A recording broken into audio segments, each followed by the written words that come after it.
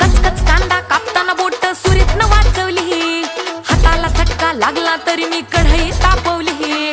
कचकच कांदा कापताना बोट सुरीतनं वाचवली, हाताला चटका लागला तरी मी कढई तापवली. तुमच्यासाठी स्पेशल